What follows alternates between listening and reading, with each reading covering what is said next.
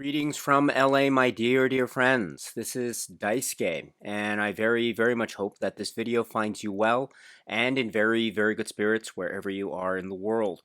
And today, if you don't mind, I would like to continue on with our journeys, our discussions, our discoveries, and our explorations with respect to the recent releases made by the Criterion Collection during this year of 2024.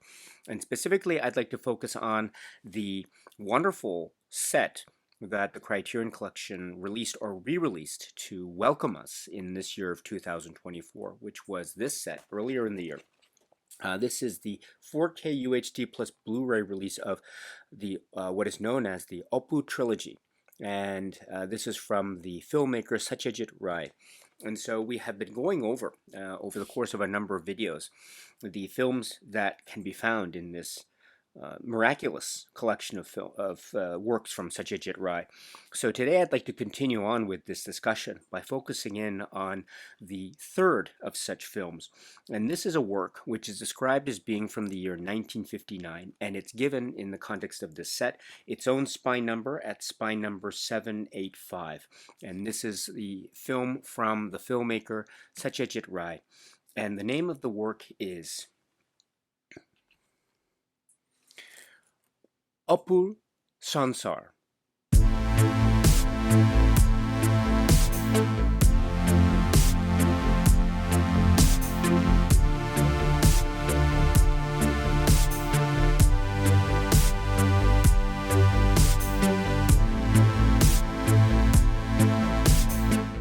This is the glorious film, one of the most famous films from one of the most famous filmmakers, and for excellent reason. It is so powerful, it's so masterful, it's filled with so many triumphs and tragedies, and so emotionally poignant, and so touching and moving. And it continues to be even now. And this is the work which is from the masterful filmmaker Satyajit Ray, directed by Satyajit Ray, and with the based upon the underlying writings by Bibhishan Banerjee, and the screenplay then by Satyajit Ray. And then we have the celebrated cinematography by Subhatra Mitra, and the celebrated music by Ravi Shankar, and also included in its splendid cast we have people like Sumitra Chatterjee and Shamira Tagore and others. This is the work which is sometimes referred to in English as the world of APUR. We have this film, which is APUR SANSAR. And once again, please pardon me for my very poor pronunciation of the language. I hope you can forgive me, but I will do my very best. APUR SANSAR. And it is known as the third film in the so-called APUR trilogy. The Criterion Collection's great re-release of this earlier this year is, of course, released under the title of the APUR trilogy. And so it sits as the third of such films in this trilogy, the earlier films being Potter Pachali and then Aparajito. Of course, this film has a lot of parts of its plot and plot mechanics that I think sit and rest independently from the other two films. At the same time, I think it is really befitting. It really has a potentially a rich and rewarding viewing experience of this film, having already seen the earlier two films. So my strong recommendation is if you're able to, please watch the first two films, Potter Pachali, and then watch Aparajito, and then you can watch APUR SANSAR. But again, with the understanding that there are also a lot of things where APUR SANSAR sits so independently, so triumphantly as its own entity, while at the same time making wonderful, brilliant, and heartfelt and haunting connections with the previous two films. And I think that's partly to do, or perhaps primarily to do, with the fact that this is a film where we are returning to the life of this character that we have come to know since he was born and a little boy in the first film, and then growing into adolescence and teenage years in the second film, and then as a student in the second film, and now as a young man. That is the character of APUR. And so that way we are returning to the world of APUR, but this time as a young man in the form of the performance by Sumitra Chatterjee. And we understand that he is continuing on, or perhaps finishing a certain stage or a certain landmark point of his education. And also he seems to have aspirations of sort of academic or literary bent or inspiration. So we understand too that writing and is very important to his life, or the life that he is trying to plan out for himself. Because again, he is a young man now, just fresh into the world in a manner of speaking, and we meet him at a very early point in this part of his early adulthood. Very optimistic, one can say, or at least it has the outward showings of optimism, which I think already brings up a wonderful discussion point between APUR SANSAR on the one hand and how it seems to be looking back to the earlier thematic points of the earlier two films, while also looking forward to what is to come in the remaining parts of the running time of APUR SANSAR. It's a brilliant way, and let me just mention it here before I forget, which is how this film sits in the context of the discussion of for lack of a better phrase, the treatment of sort of the intelligentsia and the rise of modernity, or the handling of modernity and sort of social cultural class, especially in the context of the lifestyle and livelihood of APUR and Kolkata and the sort of urban center. And how that seems to be met in the early passages of the film APUR SANSAR in a very optimistic way. We see APUR smiling. We see him almost maybe curious about the world in a way that is free from, it seems to have a triumphant tone of happiness. I mean, there's even a moment where he's smiling on his own on the rooftop as a rain is coming, which is so very much a poetic callback to a very key sequence that we had seen in an earlier film called Kotor Pachali, with the rain, a very heavy rain, but perhaps there is a different tone that struck in a rain sequence in an earlier film versus a rain sequence here, thus giving rise to a sense of, I would say, a kind of maybe a wonderful, naive, yet at the same time beautifully humane and human depiction of an optimistic outlook on life, which again can compare and contrast with earlier parts of the APUR trilogy in a brilliant way. And this rain sequence is, I think, a great example of this. But taking a further step back in a sort of macro sense, and thinking about the treatment of, say, modernity and education and social cultural climate in the context of these urban centers here, as depicted in the early passages of APUR SANSAR, we are reminded about how modernity, for lack of a better phrase, has been treated in the earlier films, or has been discussed in the earlier films, sometimes as a means of, say, social mobility, especially in the second film, when we recall the family life and the rural village life of APUR and his family from the first film, and particularly in the second film. And how sometimes, and particularly in the second film, how there might have been almost a clash of these two constants in APUR's life, that between his commitments to his family and his mother in particular, and the rural life that he has seen in these films, versus what the quote-unquote future has in store for him as he is getting educated. And we see the road that he walks along, quite literally, in fact, in the context of how the second film plays itself out, Aparajito. But that path might be seen in some earlier films, perhaps in a very cynical light, or not very, but perhaps in a cynical light, in a way that maybe sits uneasy, maybe suggests a sense of tension between these two constants. Whereas the opening passages of APUR SANSAR, I would say, suggest a very maybe peaceful coexistence between these two, at least in the soul of landscape of the soul of APUR, at least how one can perceive, or one can interpret how his frame of mind seems to be during the opening moments, the first third, if you will, the first act of this film. Quite optimistic and very, very charming in that way. And we see these interactions, I think, play out in little details as they make themselves known to us when he talks with other key characters in his circle of friends and acquaintances in the film. But it's not to say that it's completely, say, a 90-degree or complete difference, from cynicism to optimism, because there is also, I think, underlying, or maybe beneath the surface, much like a pond whose surface covers what lies beneath, which is also perhaps a subtle throwback to what we might have seen as a key sequence or key image from, say, a film Potapachali, is that what lies beneath might also reveal all the stuff of APU's life that we also, as viewers of the first two films, understand them to be. And we can, of course, interpret how they have affected him. We might see outward shows of it, we might not, but we can always interpret or be reminded of what those things were and how they might be affecting him in his life at the moment. And we can see perhaps glimpses of this when we're reminded of the plot of this film, APUR SANSAR, because if we know, or for those who've seen the film, you know that one of the key plot points of this is a marriage in the traditional village setting that has gone so wrong, that has gone so against plan. Something really unexpected happens, which puts a spanner into the works of this traditional marriage. And there is a huge dilemma. There's a huge problem that happens, and it could affect the bride-to-be in a way that, again, as traditional rules would have it, could affect her for the rest of her life. And so this is a real huge dilemma, and it's made even more, I think, poignant and more critical as a type of crisis point by the fact that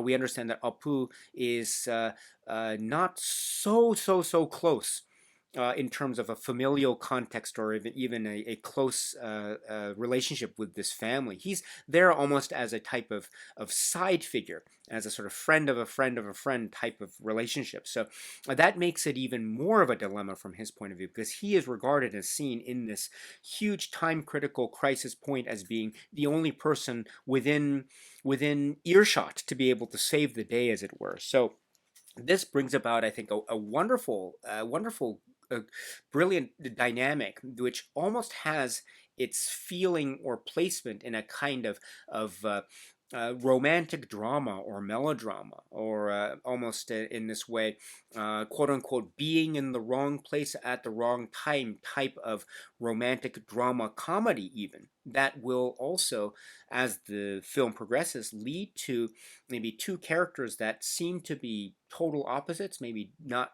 wanting to be together, not being in love with each other. But then we realize as the film progresses that they grow to be fond of each other, they grow to have a mutual respect and admiration and love for each other. And so this forms the backdrop for one aspect of this film, APUR SANSAR, which can be said to be in many ways a type of romantic comedy. In one view of that, which I think is it's dealt with in a very touching way, also setting forth or reminding us of certain aspects of, at least in the world of this particular village, as depicted in the film APUR SANSAR, how there seem to be moments of quote-unquote, say, traditional mores that almost fly in the face of the positioning of a character like APU, who, again, in the opening passages of the film, seems to be wanting or eager for his own future, as it were. So in the context of, for lack of a better phrase, modernity. So these moments are not just, say, encapsulated in a film that itself, I think, could be very triumphantly described as, in certain modes, a romantic comedy, but it also is itself suggesting this furtherance of the thematic discussion that Satyajit Ray seems to be having with the material and within the story of APU himself, namely the push and pull between, again, to put it in, I think, these fundamental terms, the push and pull between modernity and tradition, and it's encapsulated in a single moment in time, and APU has to make a decision right there and then, almost immediately. Otherwise, it'll be too late. So it becomes this moment of dynamic drama, and almost a type of soap opera melodrama, and also a continuation and furtherance of the social cultural, say, conversations that Satyajit Ray seems to be having on a sort of macro level. So it's all intertwined so brilliantly within the opening, say, half or the opening arc of this film Opus Hanshar. And also it's also showcasing the great way in which Satyajit Ray and company are able to show us many myriads, many facets of this film, which is so entertaining as well, and then also leading forth into great and poignant moments of sharing and loving and sort of the innocent nature of the tranquility. These wonderfully peaceful moments, say moments of, say, the domesticity, and I mean that very positively. You know, the domesticity, the very tranquil, peaceful moments of domesticity between the two characters here, Aparna and Apu. And it's just showcasing the great performances here by our two main leads. And this is also very interesting, compare and contrast with the earlier films as well, Patra Pachali and Aparajito, because here it could be said that much like the earlier films, we do get family life, we do get life. Here it's a young couple, and in earlier films we did get the family life and the household, the centralized household. It may be shifted to a different location or geographic location in Aparajito, of course, but still we had the family unit as expressed in the context of Apu's own personal story, of course. But here in Opus Hanshar, one can say that we're getting the home life of this couple, Opu and Aparna, whereas this could be said to be, again, the early stages of their home life or their married life, which is also, in a cyclical way, something that we had not necessarily seen or were privy to, at least in this similar stage of the married life or the home life between Opu's father and Opu's mother, especially when we consider Patra Pachali and the relationship as depicted in that first film between mother and father. And if we recall that the father was, due to certain economic circumstances, away outside of the household for a lot of the running time of that film. It's an interesting comparison and contrast when we think about, say, the depictions of the household in that film versus depictions of, say, the household in this film, Apu's Hanshar. So there is already a way in which the cyclical nature of Apu's life seems to be reminding us, but also showcasing the differences of what has been happening in the echoes of Apu's past and how they are interacting with the currencies of Apu's own present as well. And that also brings us to, again, the key relationship in this film. This is the key relationship, which is that between Apu and Aparna. And it reminds us of the brilliant performances here, Sumitra Chatterjee and Sharmila Tagore, and we're reminded in a lot of the supplements of this how the discovery of Sharmila Tagore and how Satyajit Ray really helped to support the performance of this actor who at the time was professionally very inexperienced at the time, and so these two performers are very legendary. Um, very legendary in the context of cinematic legendary status, and so we see their legendary status being cemented, or the reason why they're so legendary by virtue of the power of their performances here. There's such a naturalness between them that I think is so charming and so witty, and it again is a great example of the glow of emotion that makes Apu Shanshar, and indeed the films throughout the Apu trilogy, so magical and so powerful as they are in the hands of Satyajit Ray. This is really one of the great hearts and souls of the entire Apu trilogy, is this relationship here. And it becomes even more, well, not say even more, but there are further, say, developments, and there are further plot entanglements that occur in the context of Apu's life, in the context of Aparna's life here, that make for incredibly powerful, poignant, tragic, potentially tragic, and very sad and quite unexpected turns that are very reflective of the way that life can present turns both triumphant and also unexpected, and maybe seemingly unfair and cruel, as it were. And so this forms furtherance of the backbone of the story of APUR. And so we see as life throws these, say, unexpected, cruel occurrences in the way of the characters, we see how the characters themselves have to react and act and respond and maybe withdraw and maybe also emotionally cope and deal with these situations. And sometimes the way in which these characters are seen to be trying to emotionally cope and deal with these tragic and unforeseen circumstances might be seen as themselves being very cruel and very demanding. But also this is maybe meant to be a type of cycle of life as presented in the hands of Satyajit Ray and company, because we also see throughout the, say, turmoil, the emotional turmoil and duress that is also part of the landscape of the story of APUR, we also see the glimmer of hope, the possibility of things that may or may not lead to furtherances and ideas and expressions that, again, remind us of what has happened before and remind us too of this idea of the cycle of life. Will the cycle continue, or will it break? Will there be a way in which this leads to a kind of tragic underpinning or a tragic downfall of a certain way or sensibility or life or feelings that we have come to know and expect and become comforted by and maybe even shocked by and confronted by throughout the entirety of the course of the lives that we have seen depicted throughout the APU trilogy leading up to the moment of APUR? Will there be a break in that, or will there be a continuity in that? Or will there be something that seems like a break, but when we think back, we realize that it is in fact a continuity of things that we have already seen? And I mean that both in a direct plot way, but also in a almost a thematic way as well. And great artists like Satyajit Ray have this powerful way of doing this that also is very captivating, but also things that allow us, the viewers, to access this world. I mean, I've mentioned this before, and I'll say it again. The magic of this film, APUR, much like the magic of the other two films, is that we see details, little details, where we can jump into the conversation and understand what is going on. We can feel the tension because of certain aspects that are happening. We can feel the need to discover.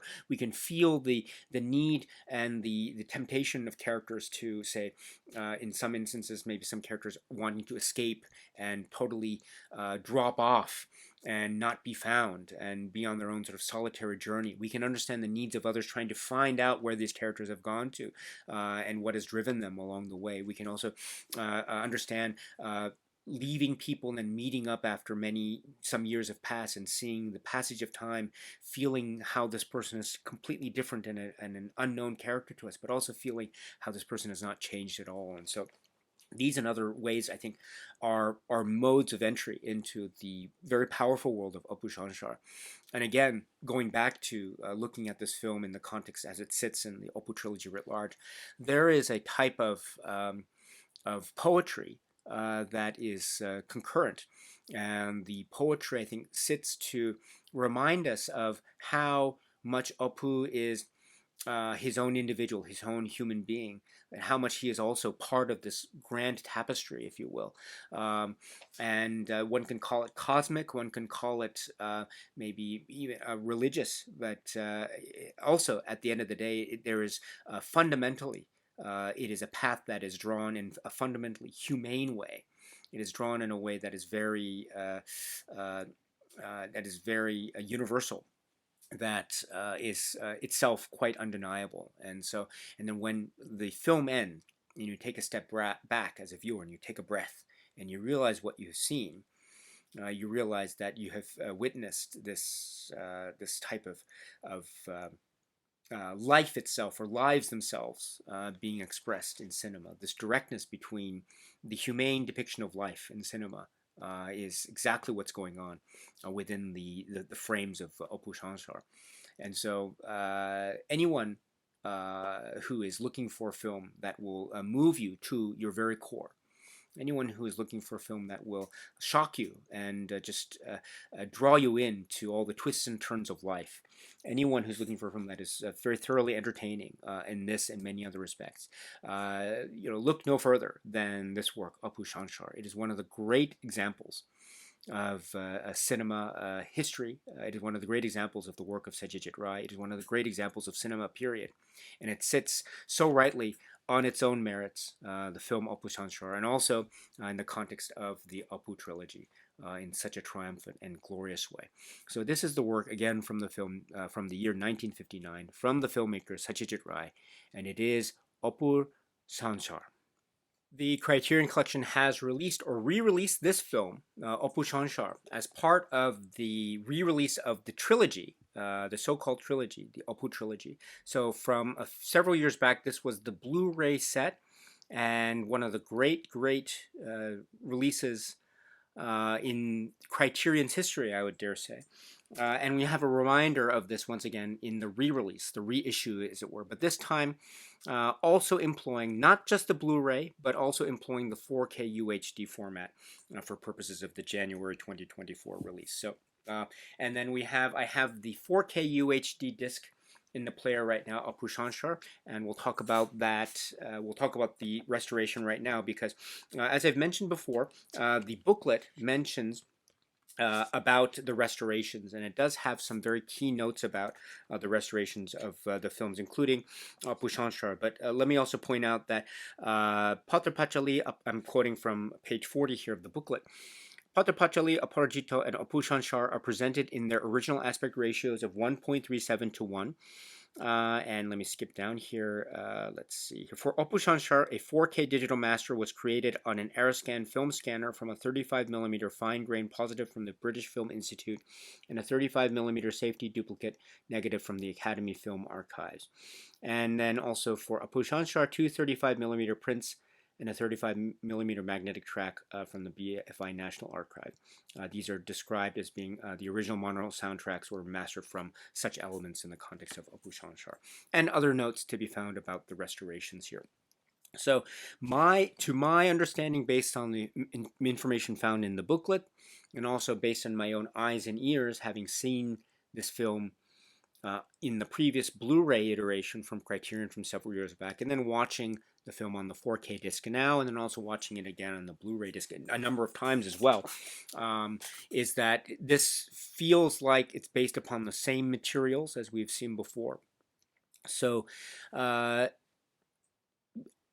a statement like that on its own, that itself might seem to be seemingly maybe underwhelming from a type of media consumer perspective, but I do want to stress once again, as I've mentioned before with the discussion of the other two films in this set, Patra Pachali and Aparajito, that for APUR SANSAR, and indeed for the films of the APUR trilogy writ large, the fact that they are being made available like this is itself miraculous. Let me say it again. This is miraculous. And I'm reminded again of how I was able to see them in a, relatively speaking, different form prior to these restorations where Criterion had a very significant hand in. And so this work, or this release, this Criterion release, is in that way one of the most important releases, I would say, in Criterion's history. And it certainly was the case when this was released back in the day in the Blu-ray form that we had, again, at spine number 782 from several years back. So you're not going to see, at least from my vantage point, you're not going to see many specific details, presentation-wise, in terms of how I see it and how I hear it. So if you already have the Blu-ray set, then chances are you will likely be happy with that, and maybe you don't need to get the 4K set, because as we'll talk about with other things, there doesn't seem to be anything that makes it quote-unquote stand out or stand apart, end quote, from the earlier Blu-ray set. So if you already have the Blu-ray set, then maybe you don't need the 4K set. So that's fine. I think that's fine. But I don't want to make it sound like that's a negative, that's a knock against this release, because this 4K UHD set plus the Blu-ray as part of the January 2024 set, this is a reminder to me anyway, and I know to many others, this is a reminder of just how great and glorious this release has been and continues to be.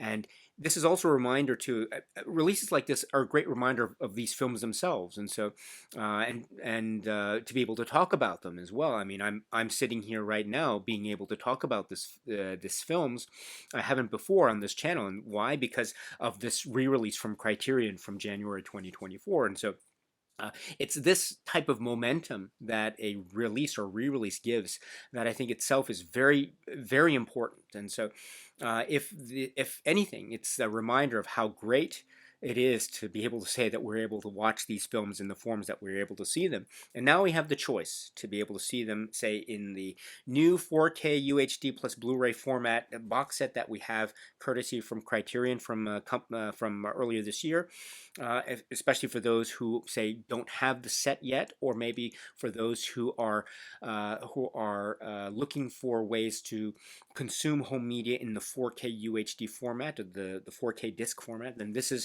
is the way to go for you. But if you are happy with what you already have in the earlier Blu-ray disc set, then I think you're in really, really fine hands. In either way, my dear friends, you are in expert hands, because in either form, you will be privy, or you will be witness to some glorious moments of cinema history that are so alive and rich and so emotionally powerful to this very day. Every single time you'll be able to watch these films in whatever box set you have, you will have a supremely rewarding emotional experience. And so I think that itself, I think, is so, I think, very, for me, very important to keep in mind. And so I don't look at this, and maybe my viewpoint is clouded by my appreciation of these films in this way, but I don't look at this 4K release as being any kind of negative knock against it, because maybe it doesn't have anything to sort of quantitatively speaking, set itself apart from the earlier Blu-ray release. Of course, there are things about the set itself. Would it have been nice to have had other things included? Of course. Would it have been nice to have a different set? Of course, that would have been interesting. But I think at the end of the day, I look at it as a reminder of the legacy of these films, and I look at it as a beautiful reminder, really, and also a way to reappreciate these films, and also an opportunity for those, again, who have yet to experience the glory of these films. This is a wonderful opportunity for you to do so. So in that way, if you have the Blu-ray set, I think you'll be happy with it, and you may or may not seek out the 4K set. Again, it's your choice. I think in either way, you will be in very, very, very great hands indeed. Okay, so now I have the Blu-ray disc in the machine, and so as you can see, the Blu-ray also has the film, just like the 4K disc does, but the Blu-ray has the supplements features, whereas the 4K disc does not. So I should point out that the supplements here are what we have seen before. So if you are looking for if you were looking for something that is extra, then we're not going to find it here. But that's okay. That's completely okay, because what we have is really stellar indeed. Of course, let me just then take a step back too and just say, of course, it would have been great to have seen maybe a new commentary track or a new supplement here and there. Well, we actually do kind of get a commentary track actually already, which we get in the supplement that we've already gotten from previous years. But of course, it would have been nice to get something extra, something new. But once again, what we already get is absolutely splendid and very intimate, and a wonderful look into the world of Satyajit Ray and his filmmaking and these films, as well as other films, by the way. So these are great jumping off points into the world of Satyajit Ray for those who are seeking a Satyajit Ray journey, in a manner of speaking. So this is the state of the supplements here, but what we have, we're getting what we've gotten before, but what we got before was really great. So what do we get? So first up, we have Sumitra Chatterjee and Sharmila Tagore. And so in the following program, produced by the Criterion Collection in 2015, Sumitra Chatterjee and Sharmila Tagore talk about what it was like acting for director Satyajit Ray and their experiences making APUR SANSAR, the debut film for each of them. Okay, so this is really quite wonderful. This is approximately 15 minutes overall. So they are speaking separately, but their respective interviews are edited together in this way that I think is very much complementary to each other and what they're speaking about. Sumitra Chatterjee, of course, was someone that we had seen in an earlier supplement, speaking on one of the supplements on the APUR trilogy set for the film in the context of Potter Pachali. But he didn't appear in the film Potter Pachali, right? He appears in the world of APUR here in APUR SANSAR as APUR. But that's an interesting detail that he mentions here as part of his interview. He mentions how he was cast in the role of APUR in this third film, how he was maybe he auditioned also for the second film. Oporojito wasn't ultimately cast in that film for reasons that he cites and also cited by Satyajit Ray elsewhere. But it's interesting how he is already associated with the world of APUR and the world of Satyajit Ray, and also how he found his vocation and how he found his life calling, as it were, in as a thespian. And so this is also really great indeed. And then also speaking, Sharmila Tagore, how this was also her debut film, and how she enters the world of the cinema and acting. And this was a casting call that led to her ultimately being part of this film. And she speaks about her relative inexperience as an actor. She's very, very young at the time that she was making this film. And so she mentions how the performance, a lot of her performance was supported by Satyajit Ray. There was a certain degree of support and coaching on the part of the creating of the performance. It's a very difficult performance in terms of the way in which certain feelings have to be portrayed, but still there's a sense of a kind of stillness, almost a type of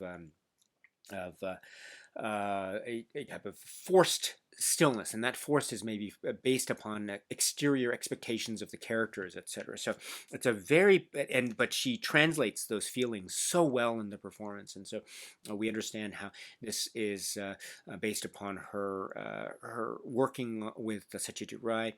And also going forward too, because for her and also for Sumitra Chatterjee had a warm and quite voluminous relationship in terms of the professional workings with Satyajit Ray and others in the film community going forward. So they became legends in stature in terms of their cinema legacy. So and part of that legacy is of course their performances here in APUR SANSAR. So it's really quite brilliant. So. And also we have certain ways in which the films they depict certain differences, growth and time lapses, and kind of key working details on how Satyajit Ray works as a filmmaker and the philosophy that he espouses, etc. So all in all, this is a great set of interviews with the two key stars of the film, APUR SANSAR. So Sumitra Chatterjee and Sharmila Tagore. So this is approximately 15 minutes. So please check it out if you haven't already. Then next up we have the APUR trilogy, a closer look.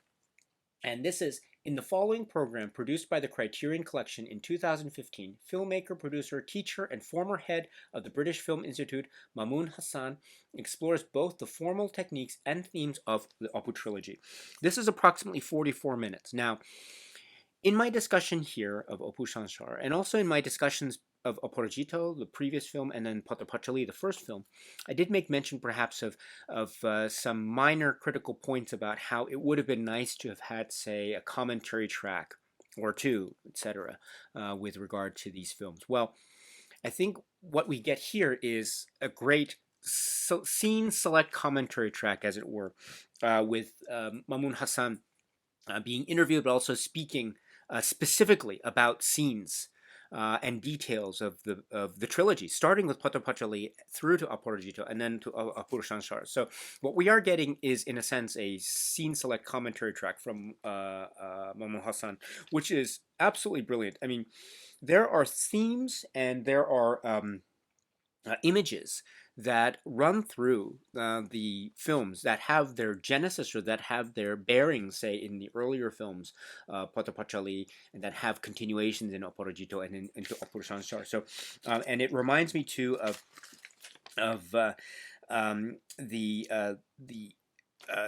discussion with in the supplement on the second disc, Oporojito, about small details.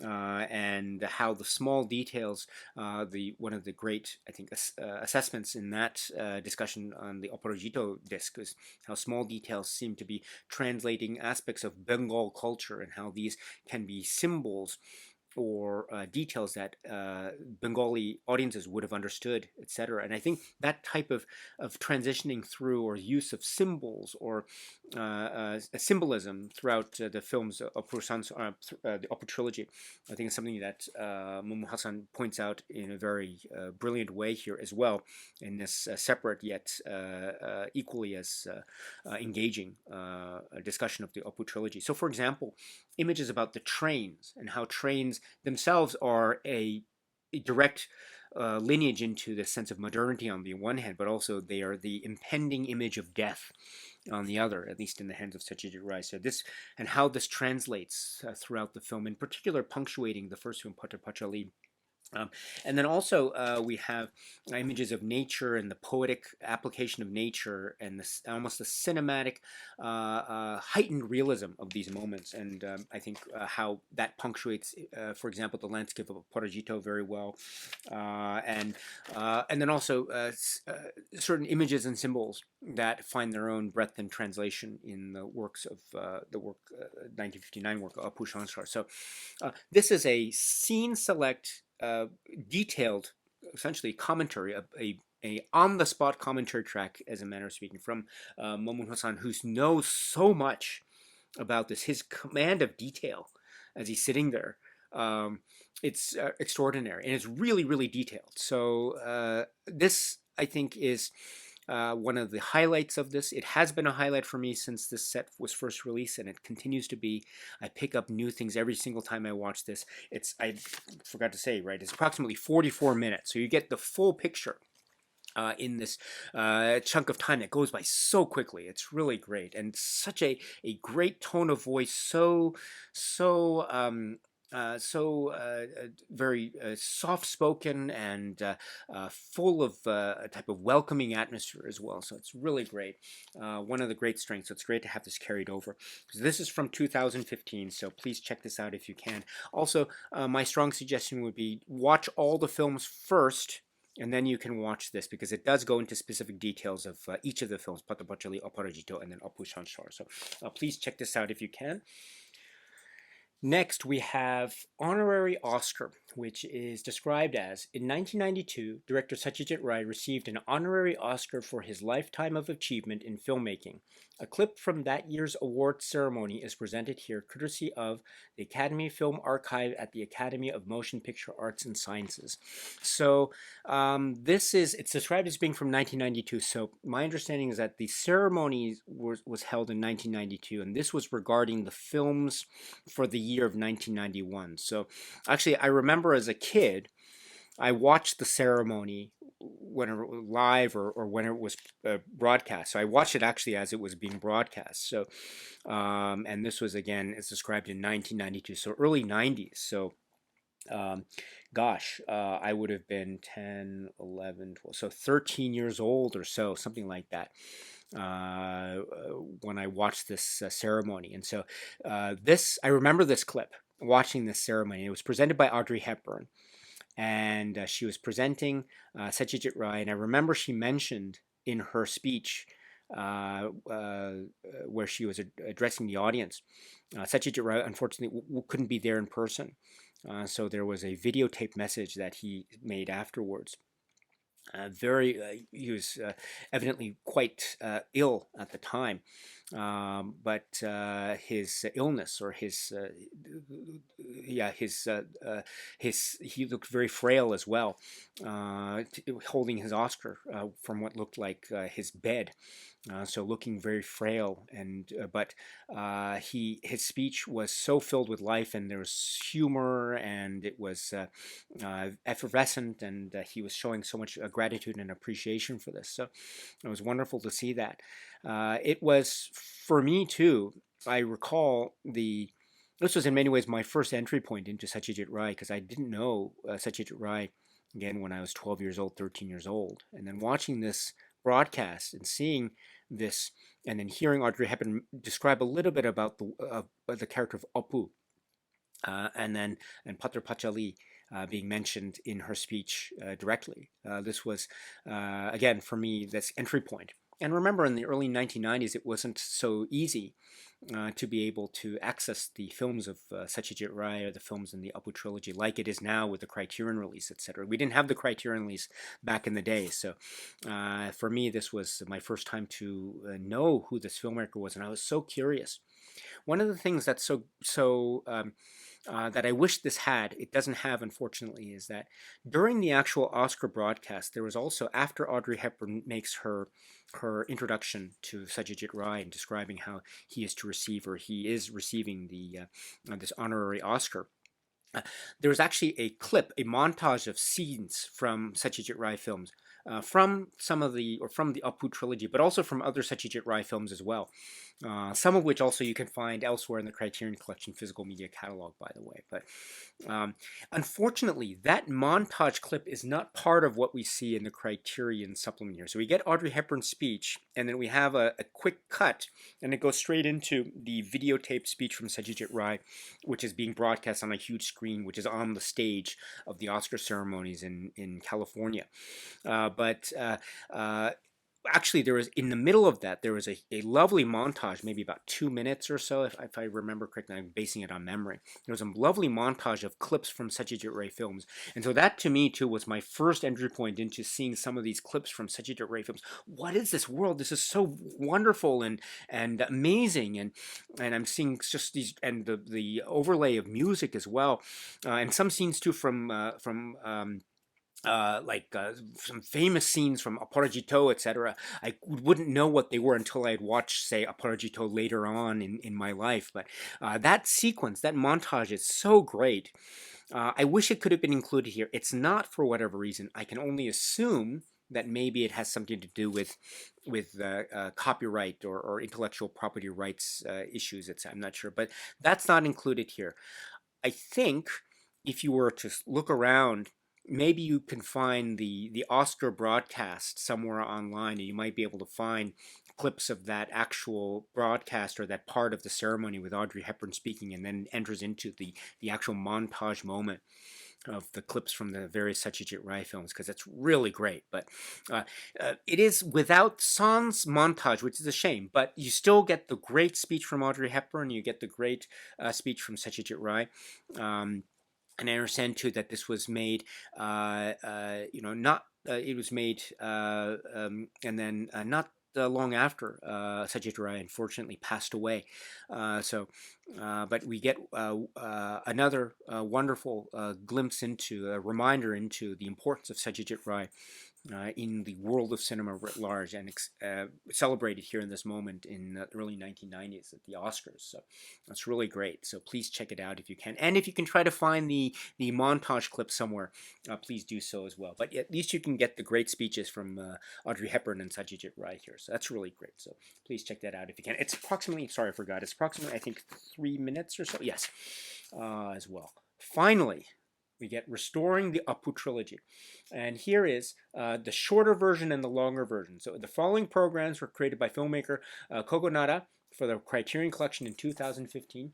The shorter version was used to promote the APU trilogy's 2015 theatrical re-release. The longer version appears here exclusively. So now I mentioned, I mean, this is great because you get little glimpses into the Criterion offices and the posters and the things on the bookshelves in their offices as they're talking to the camera. So it's really cool. But of course, the prime motivation for this is to see the details and what was done and the work that was involved by many players, but including the Criterion Collection directly, in trying to restore these masterpieces of cinema. And so once again, I've mentioned it before, but I'll say it again, which is that this is when this was announced in several years back that this would be released in this way by the Criterion Collection and released in this way to the world in terms of theatrical re-releases and stuff. But then for me, in terms of the physical media release, because I was never able to see the re-releases in theater, but I was able to see the Blu-ray release when it occurred around circa 2015. But when this news hit, this was huge, absolutely huge. Because of the reasons I was trying to say before about how these films were just, it was, you could kind of see them before, but it was really difficult to see them in the sort of restorative high quality that we now are able to see them and hear them in the form of these films, and they were done in a way too, and it's also mentioned a little bit in some of these restoration discussions, which is how the restoration process also involves trying to preserve some of that grain, some of those physical imperfections, if you will. But also trying to restore it in a way that will create a sense of fidelity and faithfulness to the actual feel of the film itself, while also understanding the need to preserve it in the digital space for many, many years to come. So I think this is a great example of the restoration process at work and the philosophy behind it. You know, restoration can be this huge thing. It can be quite vast. There can be many philosophies attached to it. Maybe those philosophies are conflicting. There might be controversies that are surrounding many a restoration, and we know in the space of physical media and restoration and 2K and 4K, etc., and Criterion and other labels, you know that sometimes the restorations do come with their share of the baggage of controversy. Let's put it that way. But so it is a very complex world.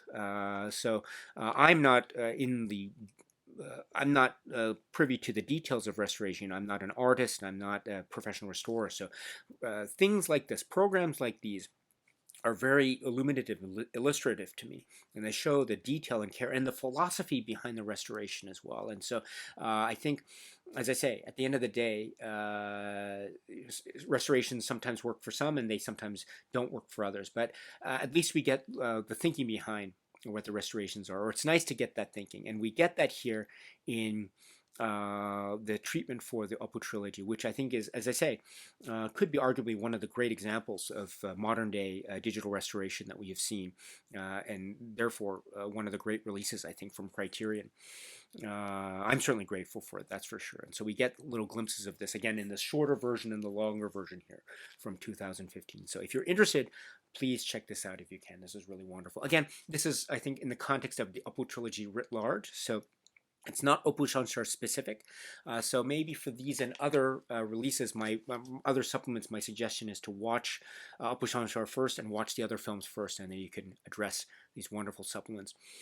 Again, we don't get anything new in 2024 here. It would have been nice if it would have been added, but I don't look at that as being a negative knock, because what we got before was splendid. What we still get now is absolutely splendid. And it's a great jumping off point in the world of APUR, the world of APUR SANSAR, and also the world of Satyajit Ray.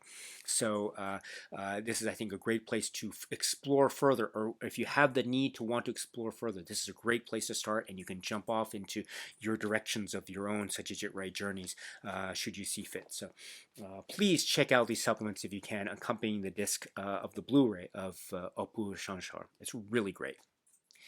And so let me now conclude that we will talk about the booklet, and we will talk about the contours of the physical media packaging aspects of the new 4K UHD plus Blu-ray re-release or reissue of the APUR trilogy set. We'll talk about it in a final video and wrap up with other overall comments on this. But there are some APUR SANSAR specific pages to the set, to the booklet, which is pages 6 and 7. Here, which shows the cast and crew, and also a very key image from the film APUR SANSAR. So please check this out if you can. This is just one of the great films. It's a great trilogy, this film APUR SANSAR sits in that trilogy so well. The film stands on its own so well. It feels grand. It feels cosmic. It transcends. It also is so intimate, so emotional, so powerful, and it remains so even now. What an experience this is, APUR SANSAR. So please check this out if you can. It's breathtaking, absolutely breathtaking. So APUR SANSAR from 1959 from Satyajit Ray as part of the set, the APUR trilogy.